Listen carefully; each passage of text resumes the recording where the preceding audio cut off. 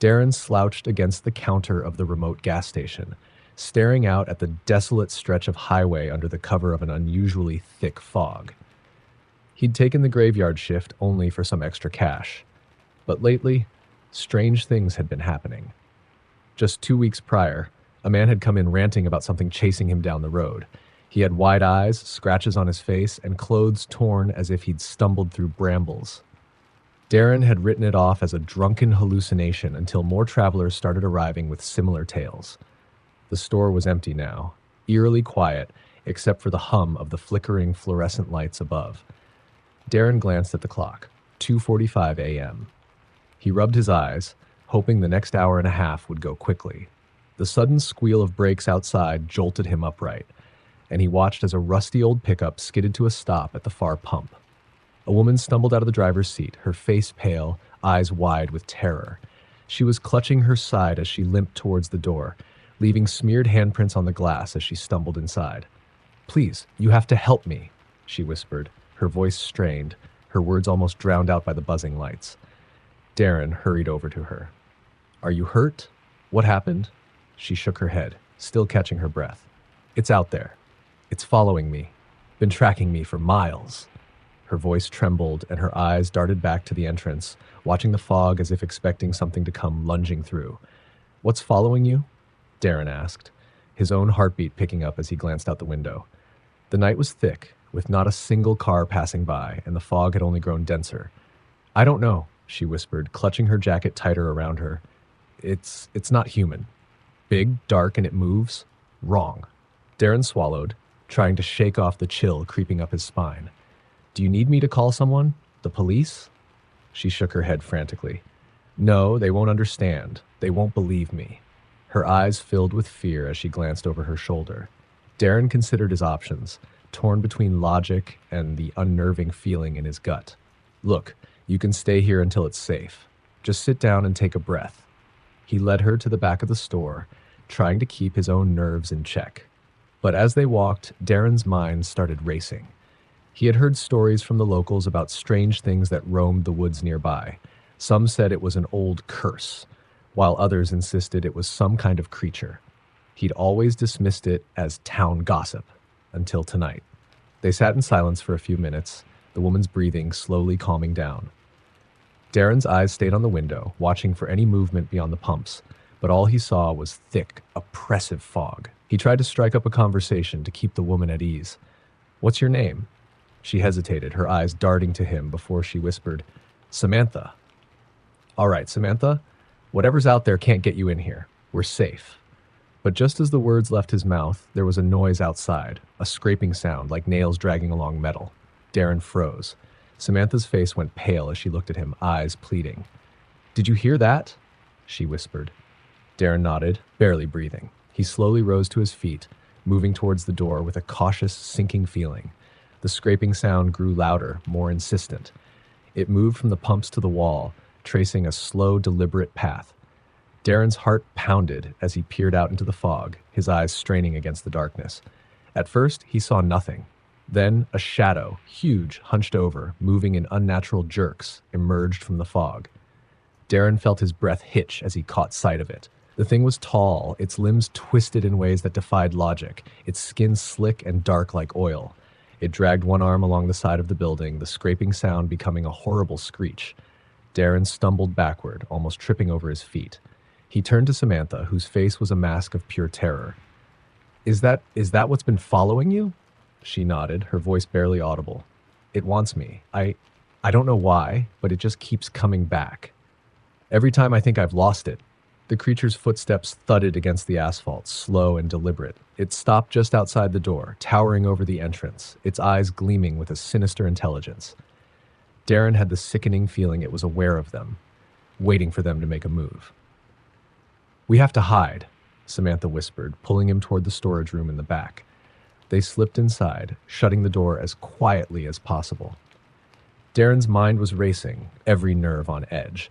He could still hear the creature's slow footsteps, moving through the aisles, its heavy breathing punctuated by low growls that sounded almost like laughter. He and Samantha huddled in the darkness, neither daring to speak. Darren tried to slow his breathing, hoping the creature wouldn't hear them. The The footsteps grew closer, pausing just outside the storage room. Samantha gripped his arm, her face pale with fear. It it can't be real, right? Darren didn't answer. He didn't have an answer. Every instinct in him screamed that this was no hallucination, no nightmare he could wake up from. Then a low, guttural voice came from the other side of the door.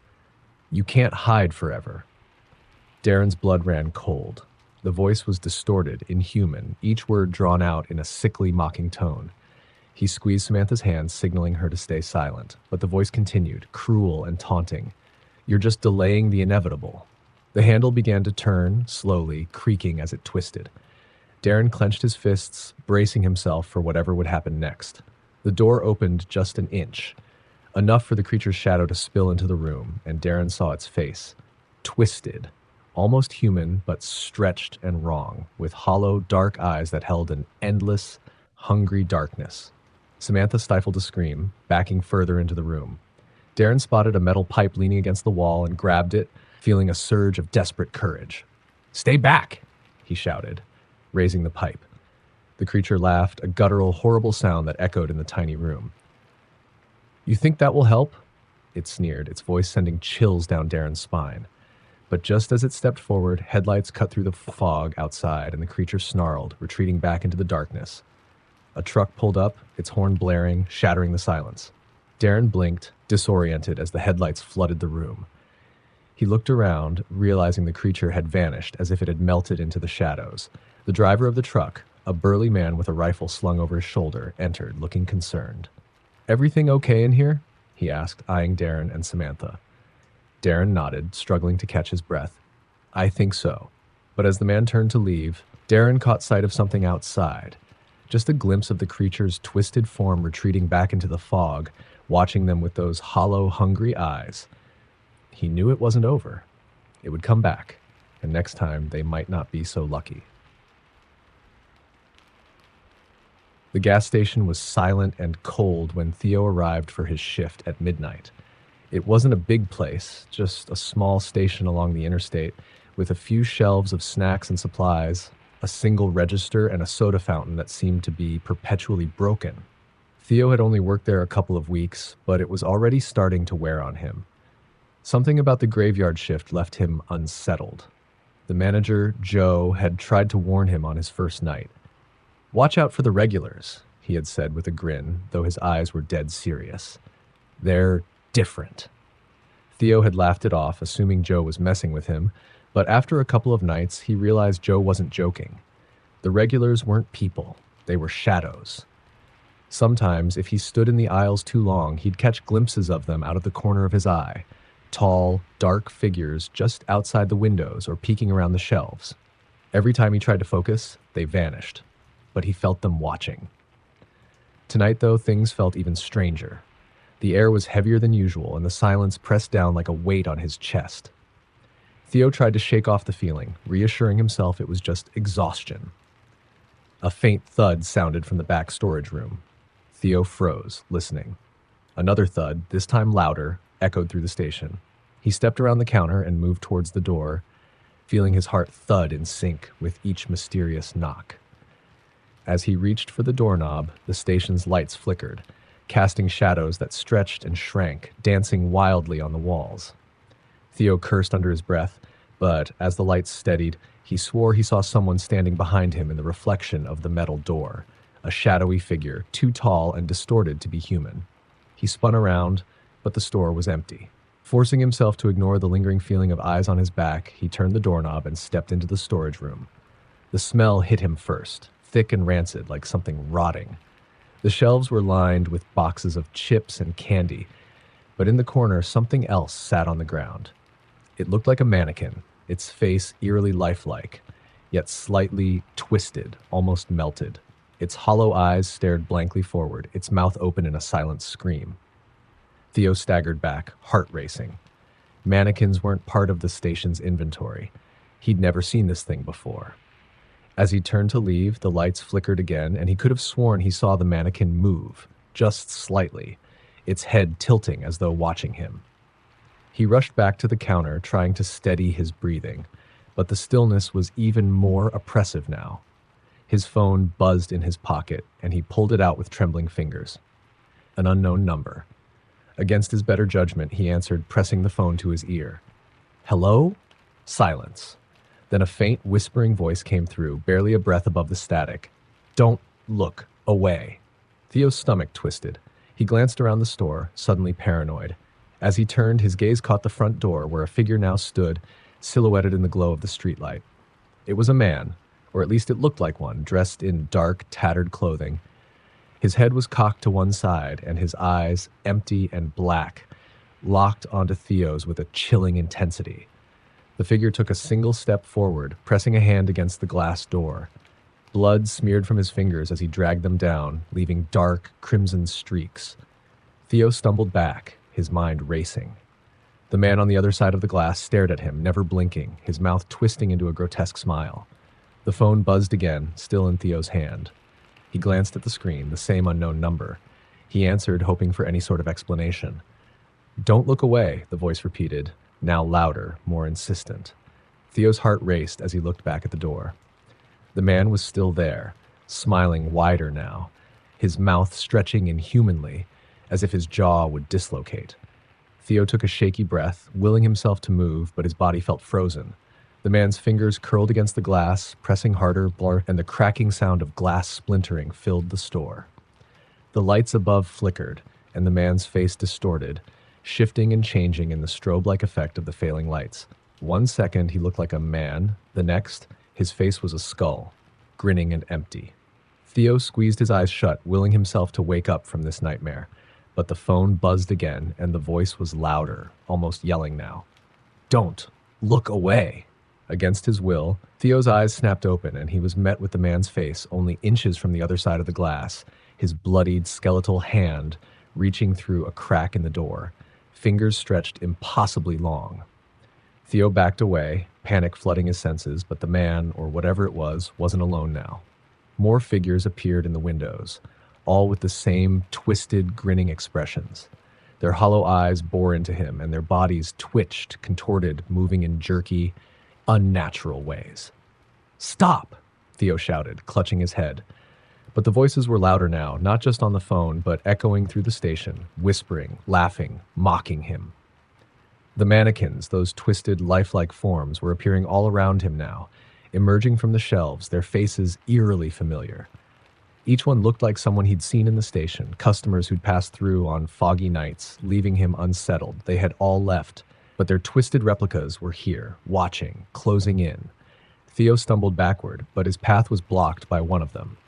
Its eyes met his, cold and lifeless, and yet there was a flicker of something there, something malevolent.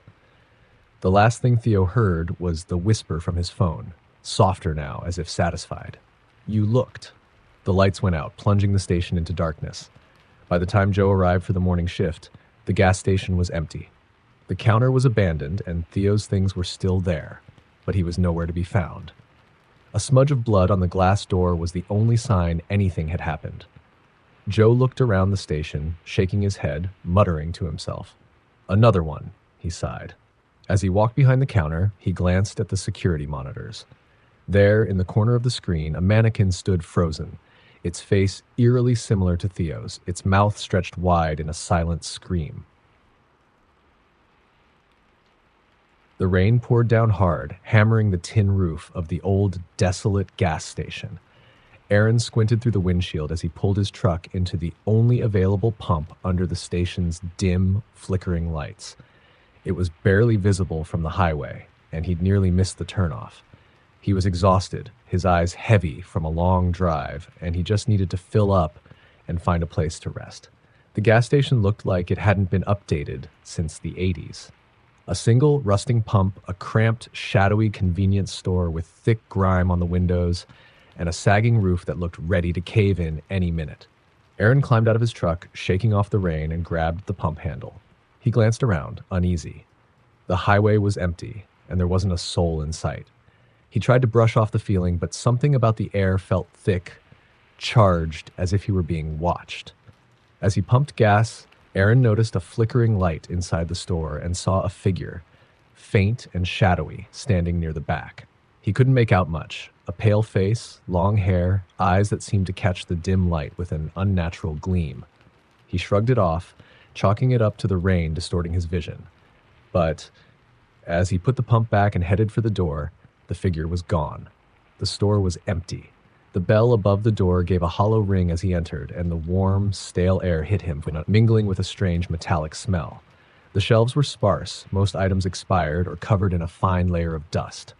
Aaron quickly grabbed a soda and a bag of chips, eager to leave. Behind the counter, an elderly man sat slouched on a stool, his eyes fixed on Aaron. He didn't move, didn't greet him, just stared, unblinking. Aaron tried to ignore the man's gaze as he placed his items on the counter. "Late to be traveling alone," the old man finally muttered in a low, gravelly voice, his eyes never leaving Aaron's face. "Yeah," Aaron replied, forcing a polite smile.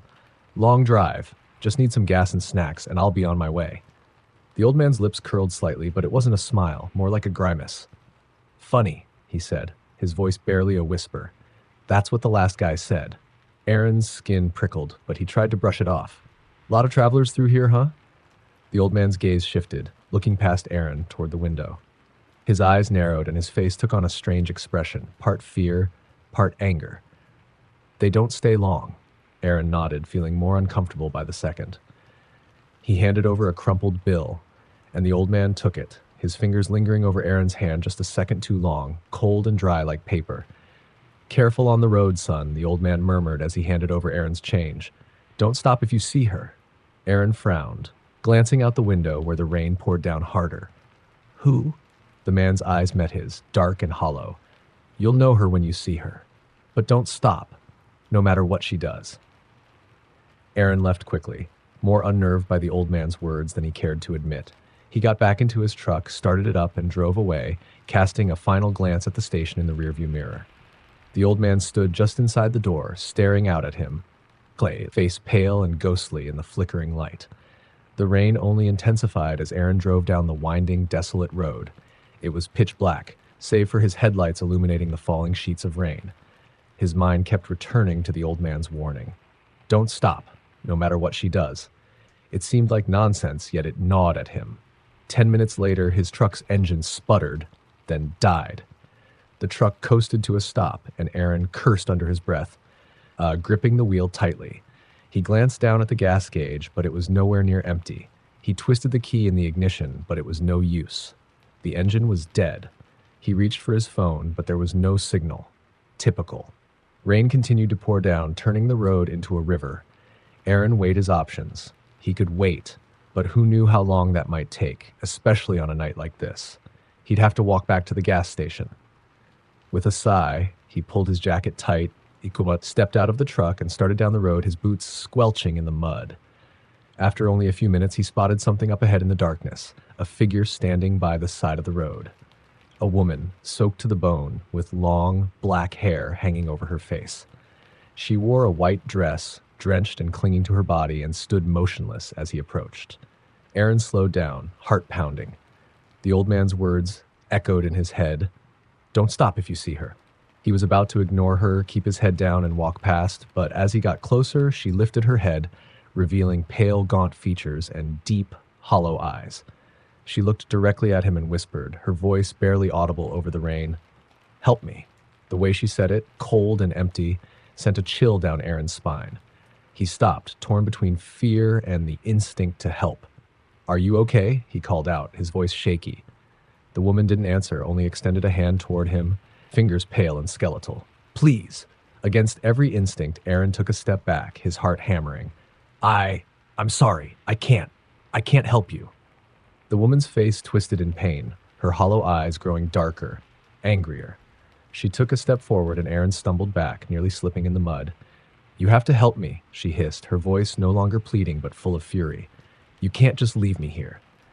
He backed away, quickening his pace, but she kept following him, her pale, skeletal hand reaching out. Her face contorted, stretching, her mouth widening into a horrible grin that was too big, too unnatural. Aaron turned and ran, heart pounding, not daring to look back. The sound of her footsteps squelching through the mud grew louder, closer. He could hear her hissing, whispering, laughing. Finally, he saw the dim glow of the gas station lights through the rain and sprinted toward them, lungs burning. He threw himself against the door, gasping as he stumbled inside. The old man was still behind the counter, watching him with those dark, knowing eyes. "You saw her, didn't you?" the old man asked, his voice barely a whisper. Aaron nodded, unable to speak. His entire body shook, his clothes soaked through. The old man sighed, almost regretfully. "They always stop. They always think they can help." He leaned closer, his face shadowed and unreadable. "Now she'll follow you. She doesn't let go." Aaron's heart sank as he looked back toward the road, where the woman stood, just barely visible in the rain, her eyes fixed on the gas station, on him. The old man shook his head, his voice a low murmur. "She's yours now, and she'll follow you until you're hers." The clock in the old gas station ticked loudly in the stillness as Cassie glanced around, feeling like something was watching her from the shadows. She was filling in for her uncle tonight and had reluctantly agreed, knowing he needed the help. He'd given her one piece of advice before he left: lock up and don't go outside, no matter what you see or hear.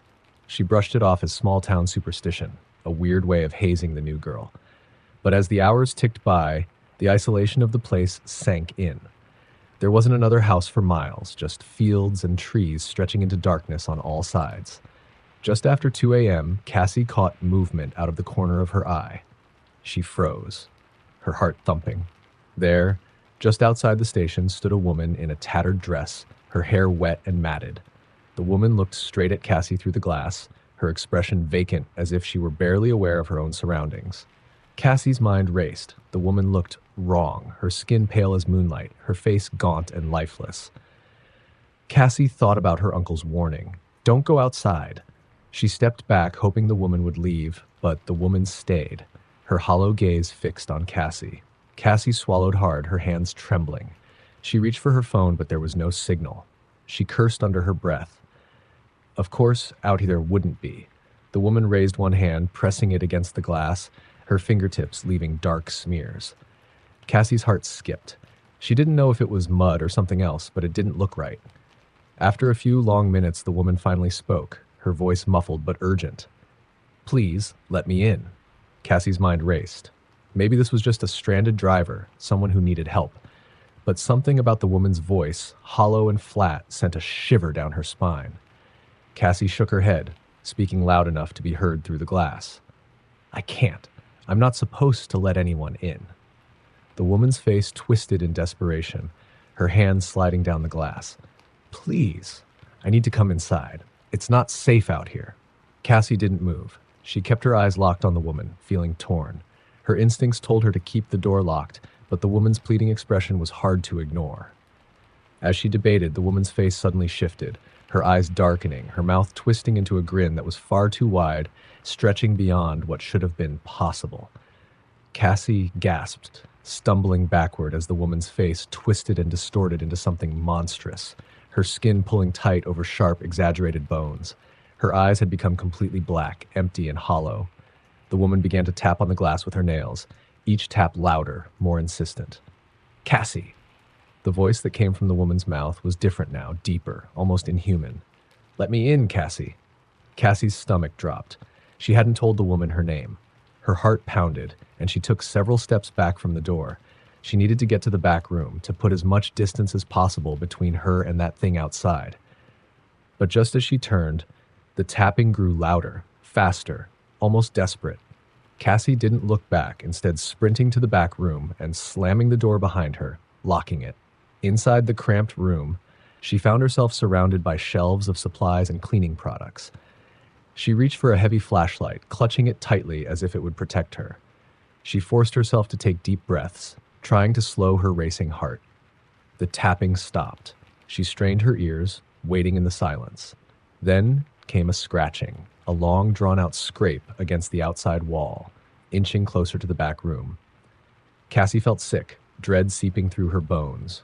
She glanced around, realizing with horror that the only other way out was through a tiny, high window. She couldn't reach it without climbing, and even then, she wasn't sure she could squeeze through. The scratching stopped. For a moment, there was silence, and Cassie almost convinced herself it was over, that the woman, or whatever she was, had given up. But then she heard a whisper, low and taunting, as if it were right outside the door.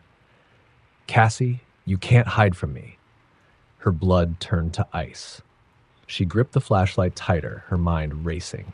She had to get out, had to get to her truck. Her uncle had left a set of keys to the back gate by the register.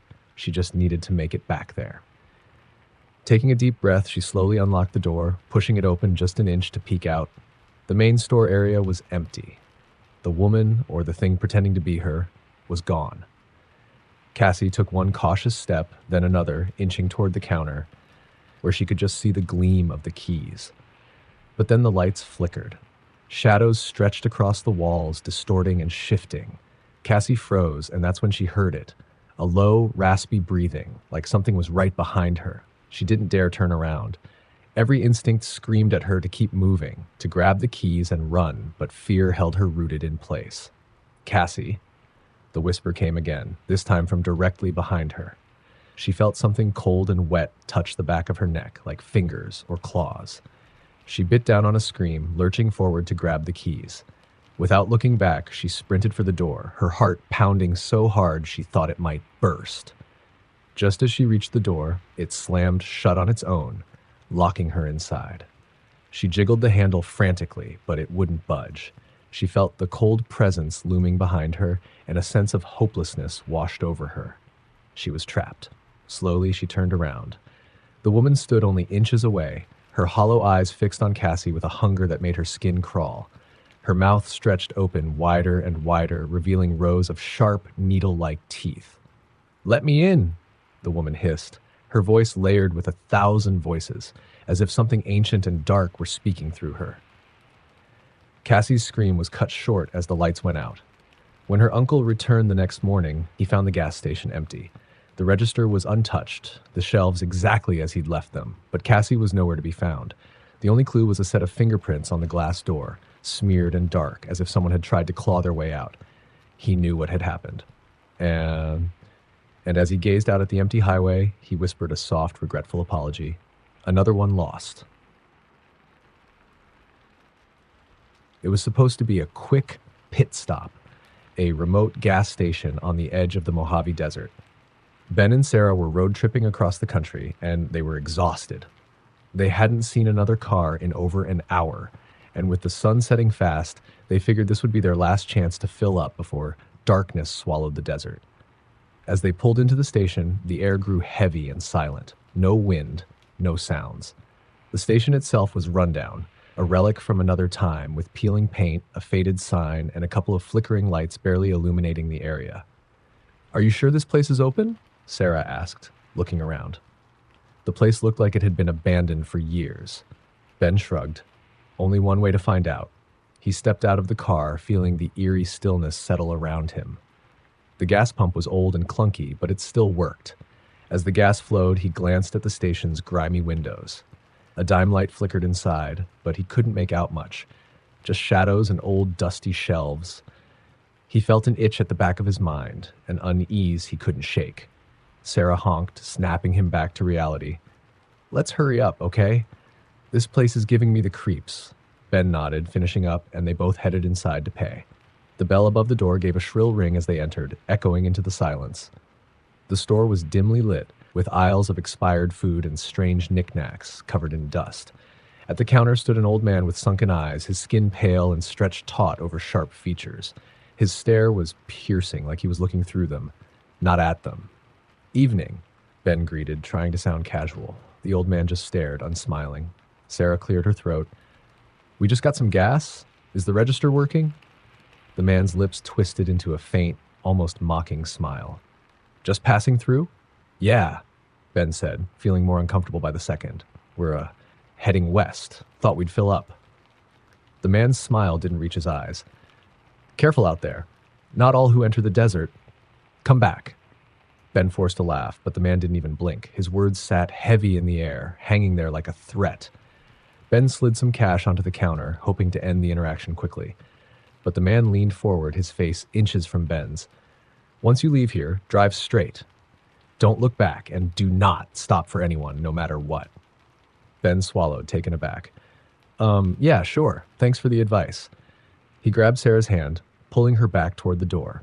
As they turned to leave, they heard the old man's voice, low and chilling. The desert, it can be a strange place. It calls to those who don't belong. They hurried out, both unnerved, and got back in the car. The last light of the sun was fading, and the desert was cast in deep, endless shadows. What was his deal? Sarah muttered, looking back at the station. That guy was creepy. Let's just go, Ben said, starting the engine. He tried to laugh it off, but the old man's words echoed in his mind. They drove on, and the gas station's lights disappeared in the distance. Soon, they were swallowed by darkness, the empty road stretching before them with nothing but black, open desert on either side. Minutes passed, maybe hours. They couldn't tell. The road was straight, endless, and disorienting.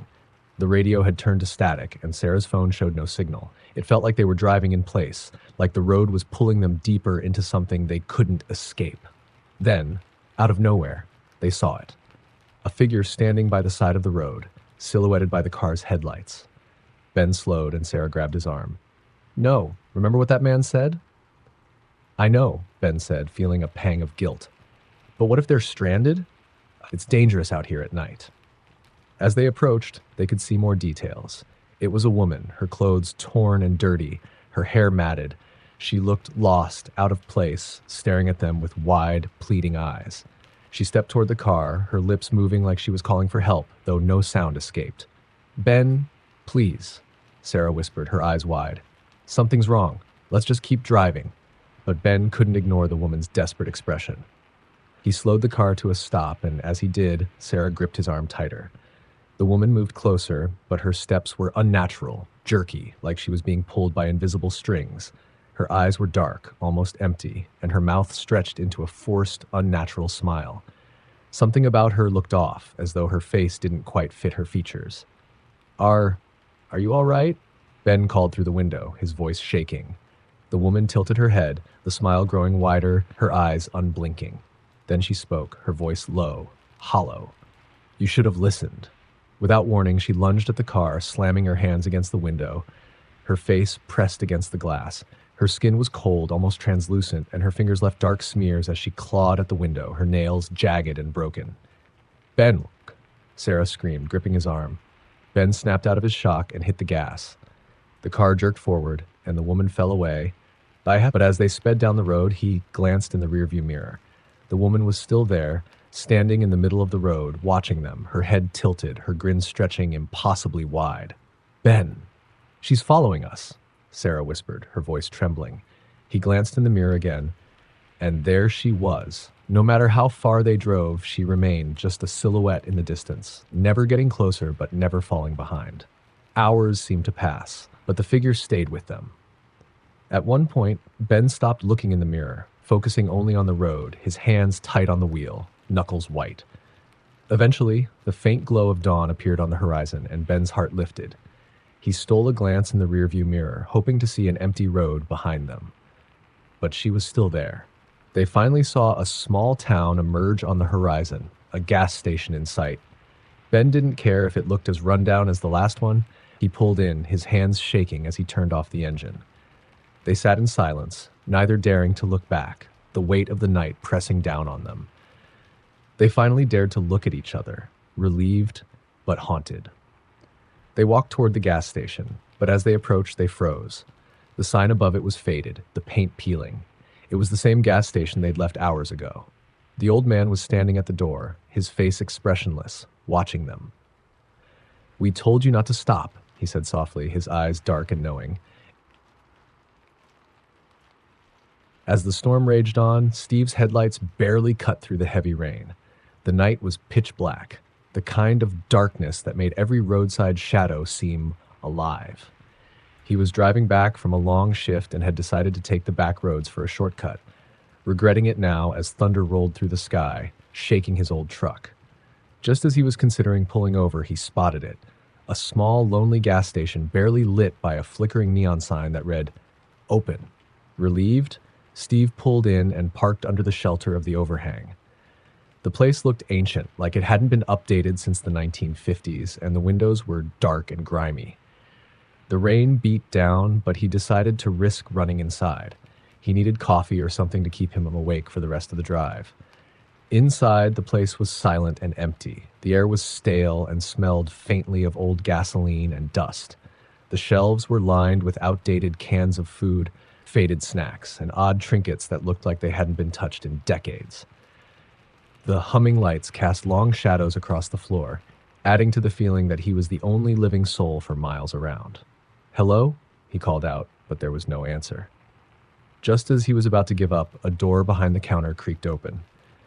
Out stepped a tall, thin man with deep-set eyes and a gaunt face. He wore an old-fashioned gas station uniform, and his gaze seemed distant, as if he were looking through Steve, not at him. "You need help with something?" the man asked in a low, hollow voice. "Yeah, just need some coffee. Rough night," Steve replied, trying to sound casual. The attendant's mouth curled into a small, unsettling smile. "Coffee, huh? Well, help yourself. Fresh pot just made." Steve glanced over, spotting an ancient coffee machine in the corner. He grabbed a cup, but as he poured, he noticed something odd. The coffee was jet black, far darker than any coffee he'd ever seen, almost like ink. Hesitant, he took a sip and winced. It was bitter, with an odd metallic aftertaste. "You from around here?" the man asked suddenly, his eyes still fixed on Steve. "Not really, just passing through." The man's smile faded. "You should be careful on these roads. Things happen out here." Steve tried to ignore the shiver that crawled down his spine. "Yeah, well, I just need to fill up and get going." The attendant nodded slowly, his gaze dark and unreadable. "Filling up won't do you much good. Not tonight." Steve forced a laugh, trying to lighten the strange tension. "What's that supposed to mean?" The man's expression grew somber. "The road takes who it wants." Steve raised an eyebrow, glancing back at his truck through the rain. "Okay, well, thanks for the coffee, I guess." "Yes." He left a crumpled bill on the counter and hurried back to his truck. Something about the man's words lingered, gnawing at him, but he shook it off as just small-town weirdness. As he got back in and turned on the engine, he noticed the gas station lights flickering and dimming, as if the whole place was retreating back into the shadows. He pulled out onto the road, grateful to leave the eerie station behind. A few miles down the road, the storm intensified, and thick fog began to creep in, swirling around his truck. Steve squinted, barely able to see the lines on the road. Then, just ahead, he spotted someone standing in the middle of the road. He slammed on the brakes, the truck skidding as it came to a stop inches from the figure. It was a young woman, soaked through from the rain, her hair hanging limply over her face, her eyes wide with terror. Steve rolled down his window a crack. "Hey, you okay? What are you doing out here?" The woman didn't respond, only stared at him with hollow, frightened eyes. Slowly, she lifted one hand, pointing to something behind him. Steve glanced in his rearview mirror, his heart pounding. In the foggy distance, he could just make out faint lights, headlights, moving in the same direction he'd come from.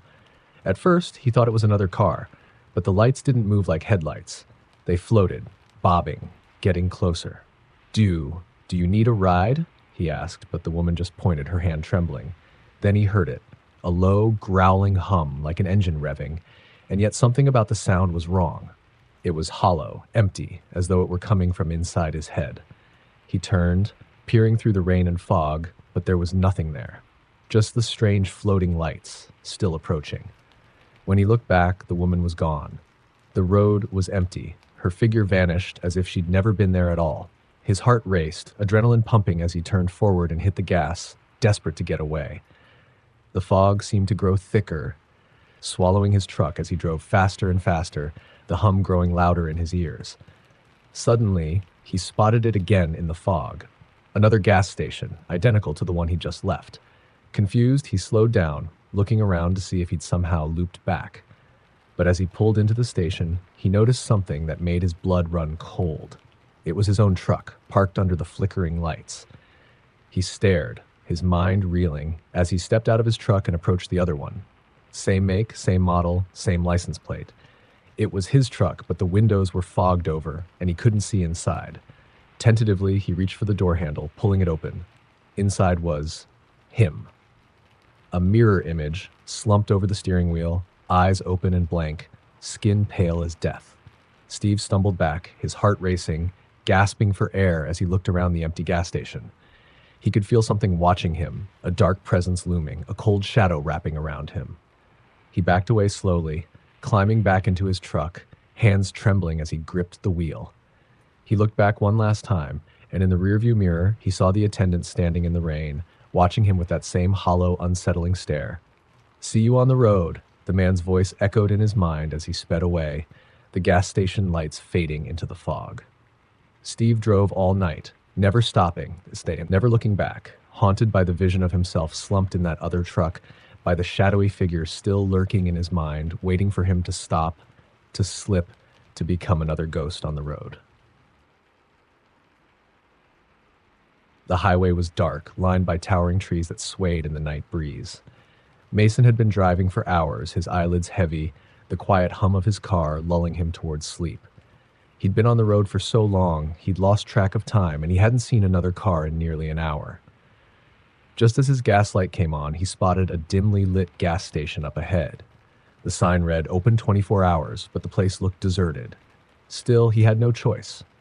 He pulled up to the pump, noticing how the station's few flickering lights cast strange shadows across the cracked pavement. The entire place had a strange, dreamlike quality, like it didn't quite belong in this world. Mason stepped out, shivering in the sudden chill. The air was heavy and still, almost too quiet, as if the trees surrounding the station were watching him. He felt an odd prickling sensation at the back of his neck, but he brushed it off. He was just tired. Inside, the station was dimly lit, its fluorescent lights casting a pale glow over rows of dusty shelves and a counter cluttered with ancient magazines. Behind the counter was a man who looked like he hadn't moved in years. His face was long, pale, and unsmiling, with a blank, distant expression. Mason approached the counter. "Hey, just filling up," he said, his voice echoing in the silence. The man didn't respond. He only stared at Mason, his eyes unblinking. His lips moved, forming words in a slow, robotic tone. "The road can be unpredictable at night." Mason tried to laugh it off. "Yeah, it's a creepy road. I'll just be quick." The man's gaze didn't waver.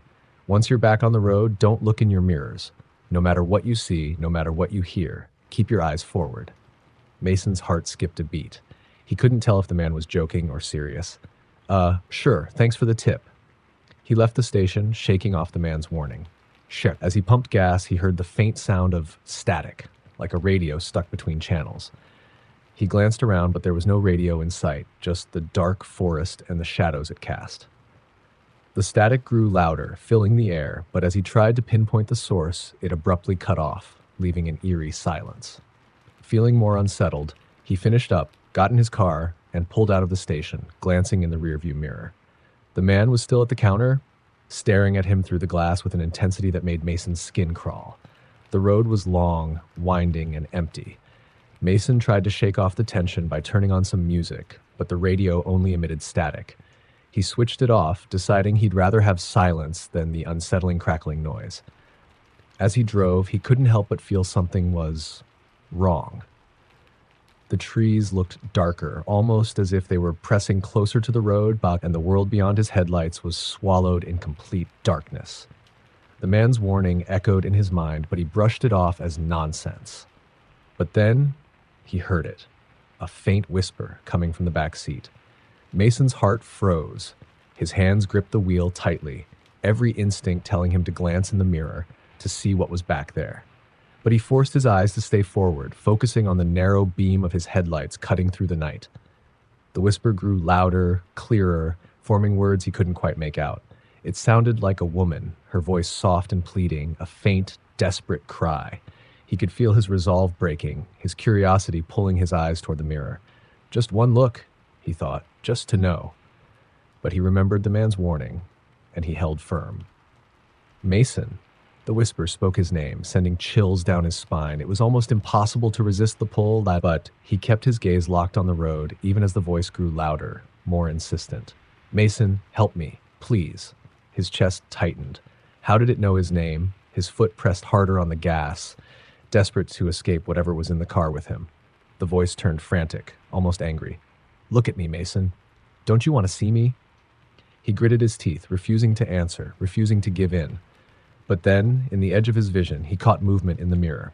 Just the faintest hint of something pale shifting in the back seat, something with hollow, dark eyes staring directly at him.